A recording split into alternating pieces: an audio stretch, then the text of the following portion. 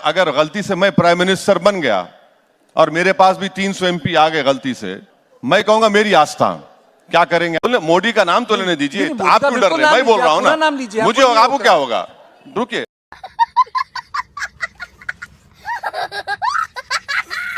एक चीज बताइए, आपने 2008 से अब तक 11 राज्यों में अपनी पार्टी पहुंचा दी। दिल्ली पर नजर है? नहीं, ऐसा कुछ नहीं है, दिल्ली पे नज़र नहीं है मेरा। देखिए, कोई पॉलिटिकल पार्टी का एक नेचुरल एक्सपेंशन का प्लान होता है, तो हमारी पार्टी की भी हम कोशिश कर रहे हैं कि, और इससे भारत की लोकतंत्र मजबूत होगा, डेमोक्रेसी मजबूत होगी, तो वही उसमें काम कर रहे हैं। और ईमानदारी की बात तो यह है कि हमारे बुजुर्गों की मेहनत का फ़ायदा मैं उठा रहा हूँ। उन्होंने इतनी पार्टी को मजबूत किया उस वक्त आंध्र प्रदेश में, कि मैं अब उसको आगे लेके जा सकता हूँ, तो क्रेडिट उनको जाता है। पर कुछ लोगों को दर्द भी है इस बात का कि आप मजबूत हो रहे हैं, वो कमज़ोर हो रहे हैं, जहाँ पहुँचते हैं वो सत्ता से दूर हो जाते हैं। तो कंपटीशन है, तो कंपटीशन में सबको मेहनत करना पड़ेगा। तो कभी मैं नहीं जीतता हूँ, कोई दूसरा जीतता है, तो इसमें तो कोई ताजुब की बात नहीं होनी चाहिए। उसमें तो सबको मेहनत करना है, काम करना है, आवाम का दिल जीतना है। आपकी फैन फॉलोइंग तो बहुत है, चाहे यहाँ हो, हैदराबाद में हो, कश्मीर में हो, दिल्ली में हो। इसका सीक्रेट क्या है? सब इसमें देखिए, ये बात सच नहीं है, क्योंकि अगर इतना फॉलोइंग होती तो मैं कई चुनाव जीत जाता। तो लोग सुनते हैं, मगर अभी बहुत मेहनत करना है, बहुत कामयाबियां हासिल करना है, बहुत से मंजिलों को पाना है। तो अभी लड़ाई जारी रहेगी, जद्दोजहद चलती रहेगी। तो इस पे मैं खुश नहीं हो सकता हूँ, मगर बहुत आगे जाना है, कोशिश करते रहेंगे। नहीं, कुछ लोग कहते हैं कि ओवैसी साहब की डबल पावर है, अगर जितवा ना सकें तो हरवा जरूर देंगे। नहीं, ऐसा नहीं है। देखिए, काशीराम साहब ने अच्छा कहा था कि इलेक्शन आप लड़िए, पहले हारिए, हरवाइए, फिर जीतिए। तो इलेक्शन लड़ना है तो आप जब तक आप इलेक्शन नहीं लड़ेंगे तो आप अपनी ताकत कैसे दिखाएंगे, आप अपनी पार्टी की स्ट्रेंथ कैसे दिखाएंगे? तो इसीलिए हम इलेक्शन लड़ते हैं, और बहुत सी बार कामयाबी नहीं मिलती, मगर हम लड़ते हैं इलेक्शन ताकि हमारी सफ़र को हम जारी रख सकें, और आज नहीं तो कल मिलेगी कामयाबी। एक चीज बताइए कि अखिलेश, ममता और कांग्रेस के कई नेता आपको सोशल मीडिया स्टार बोलते हैं। हैदराबाद में रॉक स्टार, ये लोग कहते हैं आप सोशल मीडिया स्टार। सही बात है? नहीं, चलिए, कुछ तो मान तो लिए हैं। इनका बड़ापन है कि मुझे कुछ मान लिए लोग कि मैं कुछ हूँ। अच्छा, ये पूरा किसान आंदोलन चला, ओवैसी साहब आप नजर नहीं आए। नहीं, किसान आंदोलन में तो ये तो पॉलिटिकल आंदोलन है, और हम सब लोग उसकी तायीद कर रहे हैं, सपोर्ट कर रहे हैं उनको। तो उसमें जाकर खामखा हम लोग माहौल को क्यों ख़राब करें? वो लोग कर रहे हैं। हाँ, उनकी डिमांड जो है वो जस्टिफाइबल डिमांड्स हैं, और सरकार को उसको मानना चाहिए, कबूल करना चाहिए, और ये हम बोले हैं और फिर से बोल रहे हैं। ओवैसी साहब, आपको एक मैं मसले पे लाता हूँ। मैंने आपकी पूरी स्पीच सुनी संसद में, आपने लंबा भाषण दिया था। आप काफ़ी नाराज़ थे, गुस्से में भी थे जब आपने भाषण दिया। आपको इतना गुस्सा क्यों आ रहा था सदन में? नहीं, कहाँ गुस्सा था? वो गुस्सा तो नहीं था। नाराज़ थे आप? नहीं, आप यही बात नरेंद्र मोदी के बारे में क्यों नहीं बोलते? 1.5 घंटे का भाषण दिए। नहीं, वो बात अलग है भाई। आप नाराज थे, आपने 8 मिनट बोला, तो उसमें गुस्सा कहाँ नजर आएगा? 8 आपने 92 की बात को प्राण प्रतिष्ठा से जोड़ दिया, राम मंदिर वाले। हाँ, बिल्कुल, ये फैक्ट है। देखिए, 22 जनवरी की बुनियाद तो 1949 में डाली गई थी, जब जीबी पंत ने मस्जिद के अंदर मूर्तियां रखने की इजाज़त दी।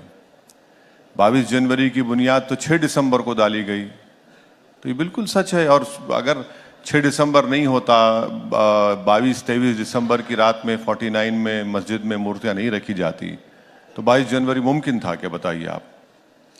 लेकिन ओवैसी साहब, ये जो मंदिर बना है वो तो कोर्ट के आदेश से बना है। हाँ, बिल्कुल। और उसका दूसरा पहलू भी है। नहीं, कोर्ट मस्जिद की जगह भी है। नहीं। वीडियो अच्छी लगती है तो इसको लाइक करें, पूरी डिबेट जरूर देखकर जाइए। अभी गोदी मीडिया का एंकर असदुद्दीन ओवैसी से ऐसे ऐसे सवाल करेगा, सोचेगा असदुद्दीन ओवैसी को कैसे फंसा लूं, लेकिन ओवैसी साहब भी बहुत ही शानदार तरीके से मुंह तोड़ जवाब देते हैं। अभी पूरी डिबेट जरूर देखिए। और कल भी बनेगा। क्यों? क्योंकि अगर आप आस्था को फैक्टर बनाएंगे तो फिर एविडेंस का क्या होगा?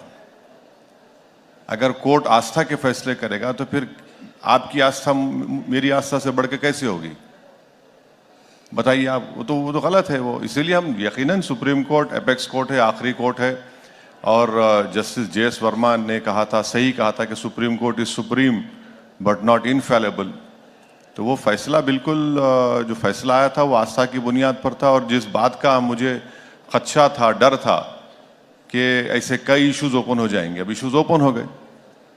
आपका ऑब्जेक्शन किस चीज़ पे है ओवैसी साहब? आपका ऑब्जेक्शन राम मंदिर पे है या उससे जुड़ी आस्था से है? नहीं, मेरा ऑब्जेक्शन इस बात पर है कि 6 दिसंबर को सुप्रीम कोर्ट को वादा कर कर वहाँ पर अडवाणी और जितने बीजेपी आरएसएस के नेता थे, उन्होंने सुप्रीम कोर्ट को वादा किया था कि हम मस्जिद को हाथ नहीं लगाएंगे, और मस्जिद को उन्होंने शहीद कर दिया, डिमोलिश कर दिया। और तरफे तमाशा ये है कि किसी एक का भी कन्विक्शन नहीं हुआ उसमें, किसी एक का भी कन्विक्शन नहीं हुआ। अगर जीबी पंत उस वक्त उन मूर्तियों को हटा देते और बोलते कि नहीं ये गलत हुआ है, 145 सीआरपीसी इस्तेमाल कर लेते तो ये इशू नहीं बनता। आप बगैर मुस्लिम पक्ष को सुने 86 में ताले खोल दिया आप।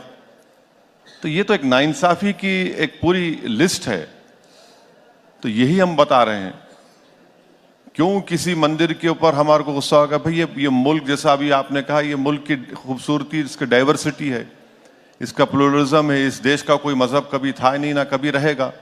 ये देश तो उन लोगों को भी मानता है जो किसी भगवान या अल्लाह को नहीं मानते। तो इस देश को अगर आप एक समुदाय, रिलीजन से जोड़ देंगे तो ये तो संविधान के खिलाफ है।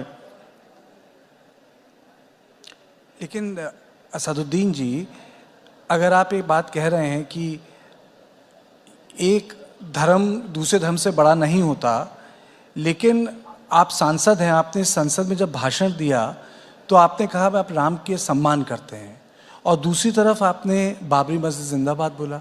हाँ, बुरी बात क्या है उसमें? मैंने कहा कि मैं नाथूराम के खिलाफ हूँ। आप खिलाफ है नहीं नाथूराम के, सबको होना चाहिए नाथूराम के खिलाफ। और बाबरी मस्जिद जिंदाबाद बोलना गलत बात क्या है? बाबरी मस्जिद को तो मंदिर तोड़कर नहीं बनाया गया, सुप्रीम कोर्ट ने कहा। बिल्कुल, सुप्रीम कोर्ट ने कहा कि वहां पर मंदिर तोड़कर नहीं बनाया गया। तो ये आर्गुमेंट जो बीजेपी झूठ फैला रही थी कि मंदिर तोड़कर मस्जिद बनाया गया, वो तो सुप्रीम कोर्ट नकार दिया। अच्छा, आप बताइए बीजेपी को राम मंदिर कब याद आया? नहीं, मैं बीजेपी का प्रवक्ता नहीं, बता रहा हूं आपको।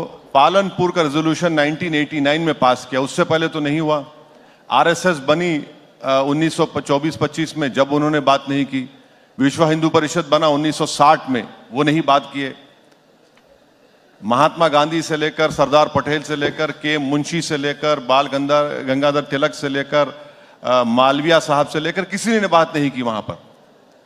आप 89 में पालनपुर रेजोल्यूशन पास करके आपने कहा कि मंदिर को तोड़कर मस्जिद बनाई गई, वो तो डिस्प्रूव हो गया। लेकिन राम मंदिर का आंदोलन तो बीजेपी से पुराना है, वो तो सबको पता है। पेमन जी की किताब भी पढ़ लीजिए। 250 साल पुराना है। 1800, देखिए लीगल फाइट चल रहा था 1875-80 में। मस्जिद के सामने चबूतरा था, मस्जिद पे झगड़ा नहीं था, वो चबूतरे पे झगड़ा था। वही तो हम बता रहे हैं आपको। लेकिन वो आस्था की भी तो बात है ओवैसी साहब। चबूतरा बाहर है भाई, मस्जिद में अंदर तो नहीं था।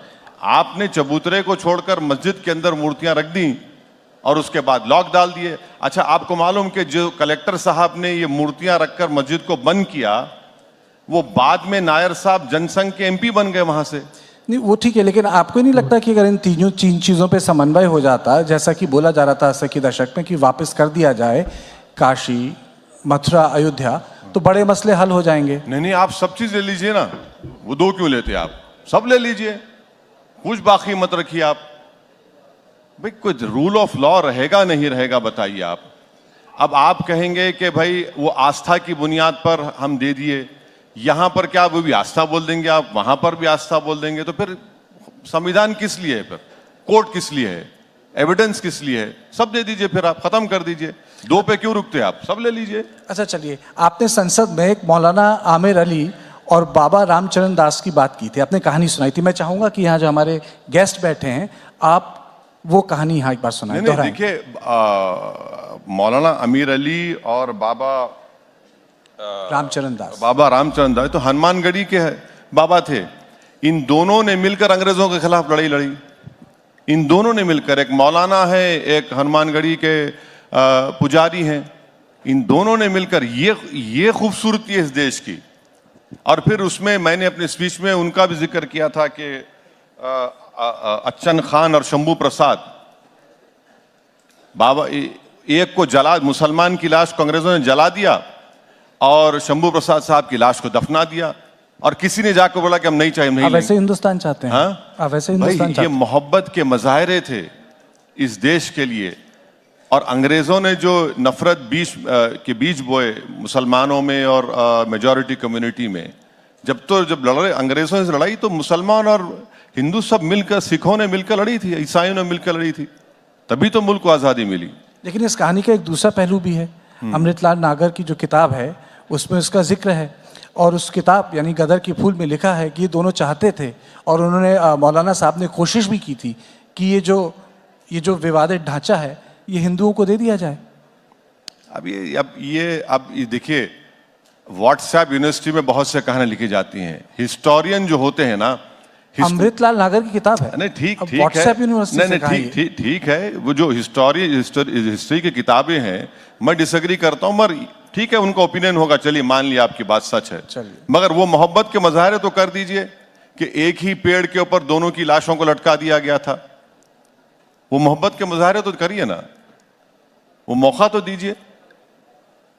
तो अगर मौलाना साहब आज होते तो वे मानते कि जो ज्ञानवापी है मथुरा दे दी जाए, क्योंकि तब भी कोशिश कर रहे थे। अब आप देखिए, ज्ञानवापी की आप बात कर रहे हैं, यहां पर अदर साइड ये कहती है कि हमारा पोजीशन हमसे छीन लिया गया 93 में, राइट, और हमारे पास 1530 के कागजात हैं। बाबरी मस्जिद में मेरे पास, मैं 500 साल से नमाज पढ़ रहा हूं, मेरा भी पोजीशन आपने छीन लिया मुझसे। यहां पर आपको इजाजत मिल जाती है और मुझे वहां पर नहीं मिलती। अब आपको मालूम कि मथुरा की आप बात कर रहे हैं, जो एग्रीमेंट 1960s में मुसलमान और हिंदू पक्ष में, उस पर सिग्नेटरी कौन था हिंदू तरफ से? मालविया साहब थे, मदन मोहन मालविया। लेकिन बात तो आस्था की है। नहीं, इनसे बड़ा कोई हिंदू हो सकता मदन मोहन मालविया से? कि मदन मोहन मालविया से बड़े हिंदू हैं? एग्रीमेंट साइन होकर मुसलमानों ने 8 एकड़ जमीन दी, 8 एकड़ जमीन दी। अब आप उसको, आप 2023 में आप खोल रहे हैं उसको। लेकिन वाईसी साहब, अगर आस्था के मामले, मेरे ख्याल से मथुरा, काशी और अयोध्या एकदम अलग हैं बाकी मंदिरों से। नहीं, देश आस्था पे नहीं चल सकता ना। कल अगर मैं पावर में आ जाऊंगा गलती से, मैं गलती से पावर में आ गया, अभी क्या? भी पावरफुल नहीं, सुनिए आप, अभी भी पावरफुल है। अगर गलती से मैं प्राइम मिनिस्टर बन गया और मेरे पास भी 300 MP आ गए गलती से, मैं ख्वाब में भी नहीं सोचता हूं, मगर कह रहा हूं, मैं कहूंगा मेरी आस्था, क्या करेंगे आप? यही तो हम कह रहे हैं ना कि देखिए, आस्था पे नहीं चल सकेगा। ये तो हाइपोथेटिकल सवाल है, तो अदालत ने किया है। अरे नहीं, अदालत के पास वही लोग तो गए। आप जब 91 का प्लेसेस ऑफ वर्शिप एक्ट बना दिए, फिर आप ये क्यों कर रहे हैं? जब आपने कह दिया कि 15 अगस्त 1947 को बाबरी मस्जिद को छोड़कर जो भी रिलीजियस प्लेस होगा उसके कैरेक्टर में, नेचर में तब्दीली नहीं आएगी, तो फिर ये सब क्यों हो रहा है? फिर आप ये कह रहे हैं कि मुस्लिम पक्ष को ठीक से सुना नहीं जा रहा? जी, आप कह रहे हैं कि मुस्लिम पक्ष को ठीक से सुना नहीं जा रहा? नहीं, मैं ये कह रहा हूं कि अब कानून बना दिए तो कानून को फॉलो करिए। वीडियो अच्छी लगती हो तो इसको लाइक करें, पूरी डिबेट जरूर सुनकर जाइए। असदुद्दीन ओवैसी का लेटेस्ट इंटरव्यूज पर अपना कमेंट भी जरूर करके जाइए। आपको ये डिबेट कैसी लगी, असदुद्दीन ओवैसी का इंटरव्यू कैसा लग रहा है, तो पूरी वीडियो जरूर देखिए। ज्ञानवापी पे तो अदालत का कहना है कि उसके दायरे पे नहीं आता है। किसके? कानून के दायरे में नहीं आता है। कैसे नहीं आता है? कैसे वो नहीं तो अदालत कह रही हमने है। जब पार्लियामेंट में ये कानून पास कर दिया, सिर्फ इस जगह को छोड़कर, मैं तो वो भी गलत था, इस जगह को छोड़कर सब डिस्टर्ब नहीं करेंगे, तो क्या मतलब है फिर उसका? आप तो लॉयर हैं, बिल्कुल मैं कह रहा आप तो हूं। लॉयर हैं, लेकिन मुझे एक चीज बताइए, जब आपको अदालत की बात पे ही विश्वास नहीं तो मामला कैसे सुलझेगा? अदालत की बात देखिए, अदालत के फैसले को मानते हैं और डिसएग्री भी करते हैं, वही तो खूबसूरती है जमहूरियत की। जरूरी नहीं है ना, मैं किसी की तौहीन नहीं कर रहा हूं, मैं कह रहा हूं कि रेस्पेक्टफुली मैं इस जजमेंट को नहीं मानता हूं, इसमें कोई गलत बात नहीं है। एक चीज बताइए, ये आपको लग रहा है कि मुस्लिम पक्ष को या तो सलाह ठीक से नहीं मिल रही या अदालतें उनकी बात नहीं सुन रही, आप इतने बड़े बैरिस्टर लॉयर हैं, आप उनको क्यों नहीं सलाह देते? अरे भाई, मुझसे बेहतरीन वकील वहां पर आर्ग्यू कर रहे हैं। पर सवाल अगर प्लेसेस ऑफ वर्शिप एक्ट 91 को सुप्रीम कोर्ट्स नहीं मानेंगे तो फिर कानून का फायदा क्या है? फिर पार्लियामेंट तो कानून बनाएगा ना, कोर्ट तो नहीं बनाएगा। जब पार्लियामेंट ने कानून बना दिया और सुप्रीम कोर्ट ने राम मंदिर बाबरी मस्जिद केस में कह दिया कि प्लेसेस ऑफ वर्शिप एक्ट का ताल्लुक भारत के बेसिक स्ट्रक्चर से है, लफ्ज नॉन रिट्रोग्रेशन उन्होंने इस्तेमाल किया, तो फिर कोर्ट्स को, तो लोअर कोर्ट्स को फॉलो करनी चाहिए। ओवैसी जी, लोग ये भी कहते हैं कि आप मामले को सुलझाते नहीं, कई बार भड़का देते हैं। जब ज्ञानवापी का मामला चल रहा था तो आपने वो 6 दिसंबर टाइप बात कह दी। हाँ बिल्कुल बिल्कुल सही है वो। क्यों, क्या 6 दिसंबर नहीं, क्या आपकी नजर में 6 दिसंबर अच्छा दिन था? नहीं, आपने बोला 6 दिसंबर। नहीं, आपकी नजर में या देश की नजर में 6 दिसंबर अच्छा दिन था क्या? पुराने घाव को करना अच्छी बात है। सुप्रीम कोर्ट को वादा करके आपने तोड़ दिया, नहीं हाथ लगाएंगे। अच्छा, हैरत की बात, तो घावों को हरा करना अच्छी बात है। देखिए, जख्म जो दिया गया था उस जख्म को याद रखिए, दोबारा जख्म नहीं लगना चाहिए। आप हिस्ट्री से सीखते हैं, हिस्ट्री को रिपीट नहीं होने देते आप। पर ऐसा तो कुछ हुआ ही नहीं उसके बाद। आप बताइए, कोई एक ऐसी मस्जिद है जहां मॉब घुस के जिसने तोड़ दिया? मॉब ने तोड़ दिया। तो आप इंतजार करेंगे तोड़ने के लिए? मैं इंतजार नहीं कर रहा, आपने बोला और हो रहा है। मुझे तो विश्वास है यहाँ के लोगों में। देखिए, मस्जिद को कैसे तोड़ा गया? सुप्रीम कोर्ट को बोलकर नहीं तोड़ेंगे, तोड़ दिए। आपको मालूम, दिल्ली में 600 साल पुरानी मस्जिद को बगैर लीगल प्रोसीडिंग्स फॉलो करे आपने तोड़ दिया दिल्ली में। और वो सरकारी था। आप बात कर रहे हैं अनकंट्रोल्ड क्राउड और लोगों की, दोनों अलग चीजें हैं। वो एक सरकारी था। नहीं, वो एक सरकारी था। अब तो आपको मॉब की जरूरत भी नहीं है, गवर्नमेंट खुद तोड़ रही है। ये आरोप है। नहीं, अरे भाई, एक आरोप है, एक एनडीएमसी का एक्ट है। कोई एक्ट नहीं है, कोई एक्ट नहीं। देखिए, और एक अनकंट्रोल्ड मॉब था। अनकंट्रोल मॉब वहां पर आप कौन लेकर गए? मैं टीवी 9 के दफ्तर पर एक मॉब को ला लूं और अदालत फैसला नहीं, सुनिए, हेमंत साहब के ऑफिस को तोड़ दूं नहीं और बोलूं अनकंट्रोल मॉब था? अरे ये क्या बात है? अरे दो अलग चीजें। अरे कानून तो रहेगा ना मेरे भाई, इसका मतलब देश मॉब से चलेगा? तो फिर आप एल कैपोन को मना दीजिए प्राइम मिनिस्टर। अदालत, अयोध्या में अदालत, बाकी जो मसले हैं मथुरा के वो अदालत। मेरा एक ही बेसिक सवाल है, हल्द्वानी में अदालत। सुनिए, आप ही की जबान में, अगर ये मॉब 6 दिसंबर को मस्जिद को नहीं तोड़ता तो कोर्ट का फैसला क्या आता? बताइए मेरे को। ये तो हाइपोथेटिकल बात है। अरे हाइपोथेटिकल बात नहीं है, बिल्कुल जो हुआ ना, आपने फेट अकम्पली कर दिया मेरे लिए। आपको नहीं लगता लोगों की आस्था महत्वपूर्ण है देश में? अरे भाई, आस्था से देश नहीं चलता मेरे दोस्त, संविधान से चलता है। अगर आप आस्था पे चलाएंगे तो फिर आपकी आस्था मेरी आस्था बड़ी कैसी होगी? जरूरी है कानून, संविधान जरूरी है कानून के लिए, पर देश तो हमारी देश में आस्था तो महत्वपूर्ण है। नहीं, आस्था सब है, मगर संविधान पर भरोसा होना चाहिए। अच्छा बताए, प्राण प्रतिष्ठान क्या था? संविधान था, इस देश की आस्था थी, जहां इस देश के सारे बड़े लोग मौजूद थे। कौन? प्राण प्रतिष्ठान अयोध्या में। अरे भाई, मैं कह रहा हूं कि अगर 49 में जीबी पंत मूर्तियों को रखने की इजाजत नहीं देते और नायर साहब अपना ईमानदारी से काम करते तो 22 जनवरी होता। उससे पहले भी कई बार कोशिश हुई। क्या? निहंग भी थे वहां। कहाँ पे? अयोध्या में। ऐसा नहीं है कि जो अयोध्या का इतिहास है कि कौन थे? अयोध्या का इतिहास 25, 30, 40 फिर से बोलिए। निहंग लोग मूर्ति पूजा करते। अरे आप कैसी क्या बात कर रहे हैं? आप कैसी बात कर रहे हैं? किताब लोग मूर्ति पूजा करते ही नहीं है। निहंगों का एक बहुत महत्वपूर्ण निहंग लोग मूर्ति पूजा नहीं करते मेरे भाई। अरे देखिए, निहंगों का बहुत महत्वपूर्ण योगदान है। ऐसा है ना कि हर मजहब में गद्दार लोग होते हैं, तो क्या करेंगे उनको? आप निहंग बोल देंगे उनको? आप किसको गद्दार बोल रहे हैं? बहुत से लोग हैं। नहीं, कौन गद्दार है? अरे बहुत। मैंने गद्दार शब्द का इस्तेमाल नहीं किया। टीपू सुल्तान को शहीद करने मरवाने वाले मुसलमान गद्दारी थे उसमें। सिराजुद्दौला को नुकसान पहुंचाने वाले मीर सादिक, बहुत है, बहुत से आस्तीन के सांप हैं। चलिए, आस्तीन के सांप अलग से बात की जाएगी। एक चीज बताइए, आपको ये यूनिफॉर्म सिविल कोड से क्या आपत्ति है? नहीं भाई, यूनिफॉर्म सिविल कोड में कार्तिकेय को हिंदू अनडिवाइडेड फैमिली में टैक्स रिबेट मिलेगा, मुझे नहीं मिलेगा, ये क्या बात है? मुझे मिलना चाहिए। अगर सुन लीजिए, अगर महिलाओं के अधिकार हो जाएं, बराबर हो जाएं, तो उसमें क्या आपत्ति? कैसे होंगे बताइए? कैसे होंगे आप? विल का पावर निकाल रहे हैं आप, विल का पावर तो नहीं निकालेंगे आप। और विल का पावर बोलते हैं आपको विल, भाई मुसलमानों में मैं विल के पावर में I can not even exceed 1/3। आप नहीं चाहते कि रिफॉर्म्स हो? रिफॉर्म आप क्यों रिफॉर्म करेंगे मेरा? क्यों? यानी सुनिए आप क्या कर रहे हैं बताता हूं। मैंने आपसे मुराद जो बीजेपी कर रही है, आप Hindu marriage act, Hindu succession act मुझ पर थोप रहे हैं। भाई आपकी मोरालिटी मुझ पर क्यों थोपेंगे आप? मिसाल के तौर पर उत्तराखंड की मिसाल ले लीजिए आप। आपको मालूम उत्तराखंड में आप बोल रहे हैं कि प्रोहिबिशन लिस्ट बना दिए शादी की आप, कि पिता के तरफ मां के तरफ। आपकी मोरालिटी मुझ पर क्यों थोपेंगे आप? भाई मैं right to choice Supreme Court ने कह दिया फंडामेंटल राइट है।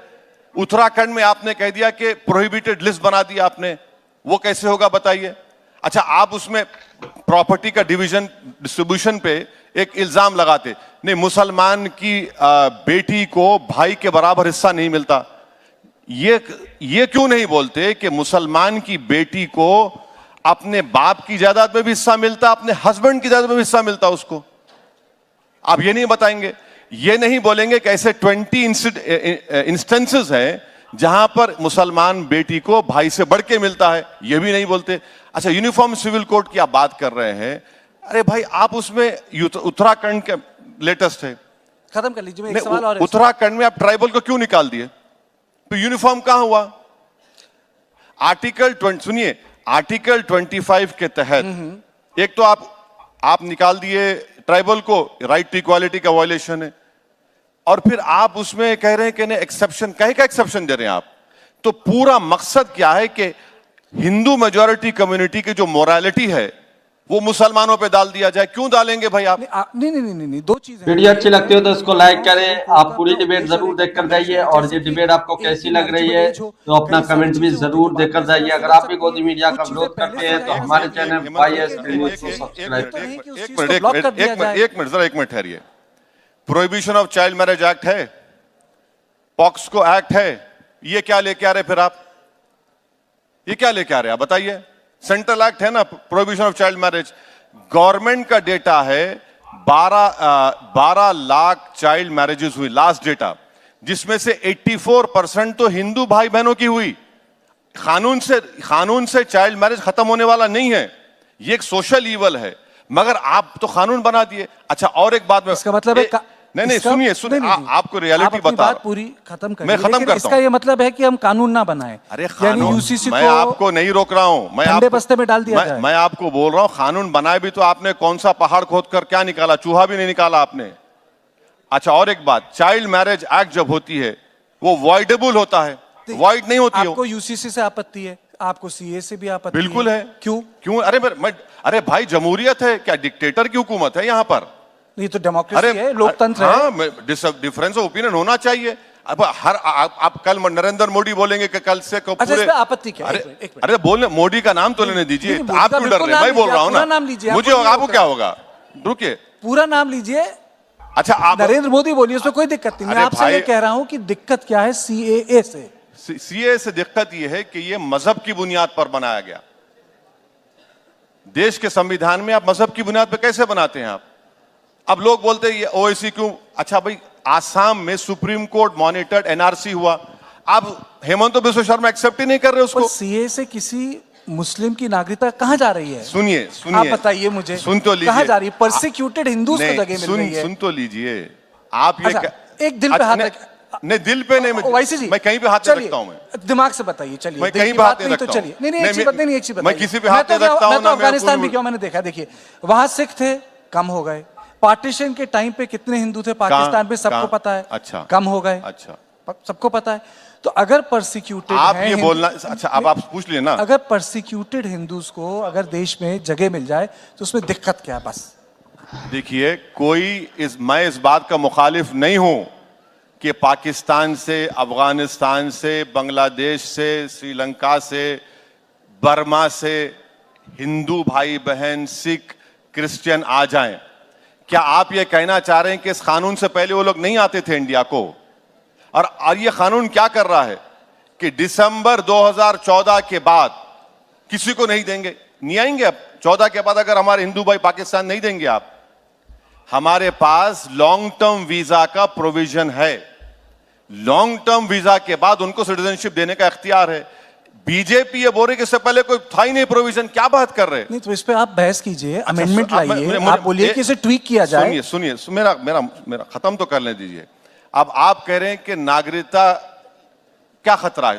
आपको देखिए, CAA को अकेला नहीं देख सकते, NPR और NRC के साथ जोड़ना पड़ता उसको आपको। एनआरसी भी क्या गलत है भाई?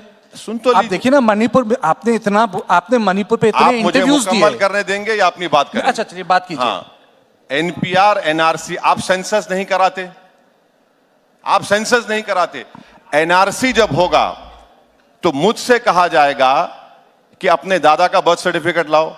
आधार कार्ड, ये उस आधार कार्ड को भी पढ़ा आपने? उसमें लिखा हुआ है कि this is not proof of citizenship.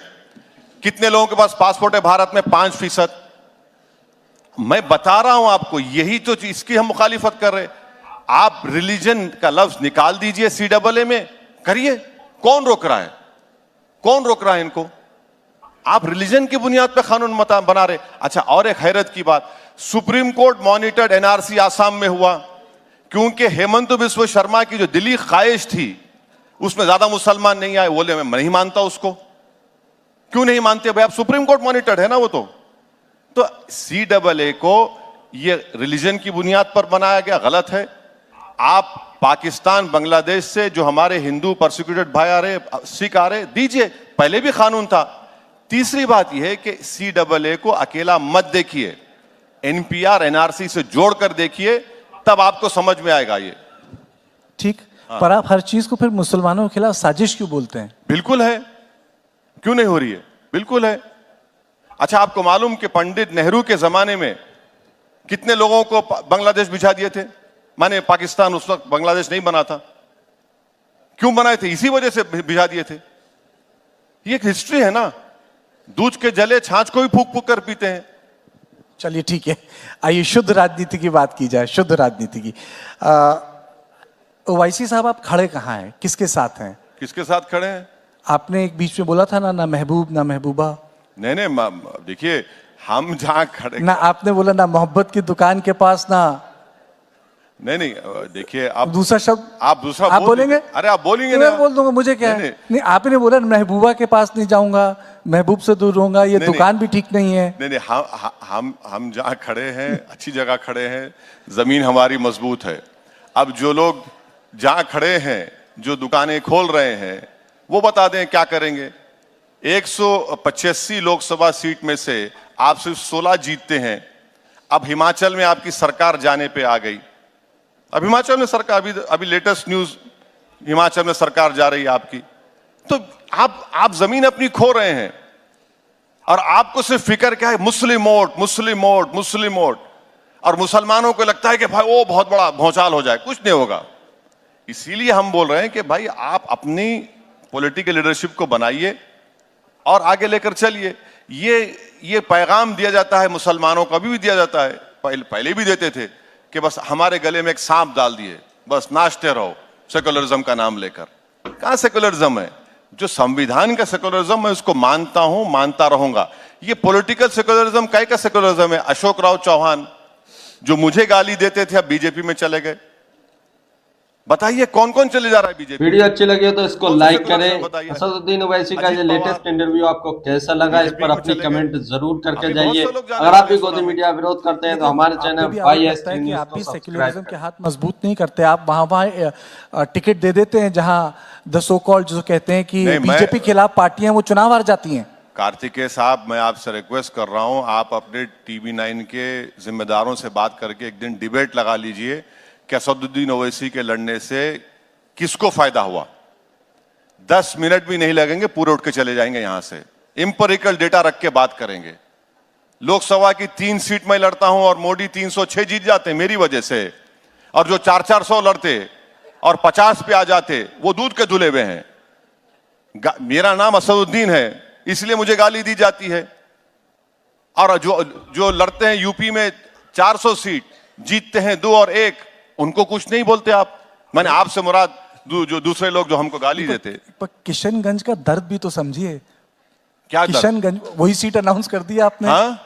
Kishanganj का दर्द तो समझिए। नहीं कि अरे मैं पिछले बार भी किशनगंज लड़ा था, 3 लाख वोट मिले हमको, एक ही सीट कांग्रेस जीती या गठबंधन जीता किशनगंज, हम बीजेपी नहीं जीती तो वहां पहला पर। टिकट आपने किशनगंज ही अनाउंस कर दिया। नहीं नहीं भाई हम लड़े हैं वहां पर। अच्छा और एक बात सुनिए, मेरे तो हुआ होगा कांग्रेस को। बिहार के चुनाव में मेरे 5 एमएलए जीते, सीमांचल की जनता को सलाम, सबसे बैकवर्ड एरिया भारत का, उन्होंने मेरे 5 विधायक को जिताया, 4 विधायक को आप खरीद लिए, और महाराष्ट्र में आपसे कांड होता है तो आप आसमान सर पे उठा लिए। जब आप गुनाह करते हैं तो वो गुनाह नहीं है। अब नीतीश कुमार तो पलटी मास्टर हैं, कुलाटी मार दिए, अब तेजस्वी को मालूम हो रहा है कि क्या होता है पावर लूज करने का मतलब। लोग कहते हैं कि ओवैसी साहब दिखते हैं बीजेपी से लड़ते हुए, लेकिन वो लड़ कांग्रेस से रहे हैं। किससे लड़ते हैं? दिख तो रहे हैं बीजेपी से लड़ते हुए, लेकिन लड़ कांग्रेस से रहे हैं। इसीलिए टोल गेट के पास मुझ पर 6 गोलियां चलाई गई थी। मैं बोला था किसी को चला दो बेटा गोली। है क्या बात कर रहे हैं? मैं नहीं कह रहा, राहुल गांधी कहते हैं आपकी यारी बीजेपी से है। गाड़ी पर गोलियां चली मेरे, एक नहीं 6 गोलियां, कितने 4-5 गोलियां चली। मेरे घर पर हमला हो जाता है, ये सब मैं करा रहा हूं क्या सेटिंग बोल के? भाई मेरे घर में भी फैमिली है। तो इसका बीजेपी से क्या लेना देना? मैं बता रहा हूं ना आपको, अब बहुत लेना देना है उससे, बहुत कुछ लेना देना है। आपको नहीं दिख रहा तो मैं क्या करूं? ऐसी बात कर देते हैं भाई साहब। इसमें सवाल मैं आपसे पूछ रहा हूं कि आप पे आरोप लग रहा है, नहीं मैं बता रहा हूं ना, मोदी के खिलाफ लड़ते दिखते हैं, पर लड़ाई आपकी कांग्रेस से है। नहीं लड़ाई देखिए, लड़ाई तो सबसे है। अच्छा, राहुल गांधी भी कहते हैं, आप फिर बोले कि आप, मैं बता रहा हूं ये राहुल गांधी भी कहते हैं। अच्छा, आप जब ये पार्लियामेंट में डिबेट हुई थी 22 जनवरी के बारे में, आपको चाहिए था कि अपोजिशन लीडरों की स्पीचेस को दिखाते आप? ऐसा लग रहा, मैंने अपनी स्पीच में कहा वो नहीं दिखाया आपने, वो नहीं बोला। आपकी स्पीच तो बहुत चली, वायरल है। अरे मेरी क्या हुआ, जो अपोजिशन के जो लोग स्पीच दे रहे थे ना निगल सक रहे थे ना कुछ बोल सक रहे थे। तो हमारे मुसलमानों में क्या होता, जब काजी साहब और 2 गवाह दुल्हन से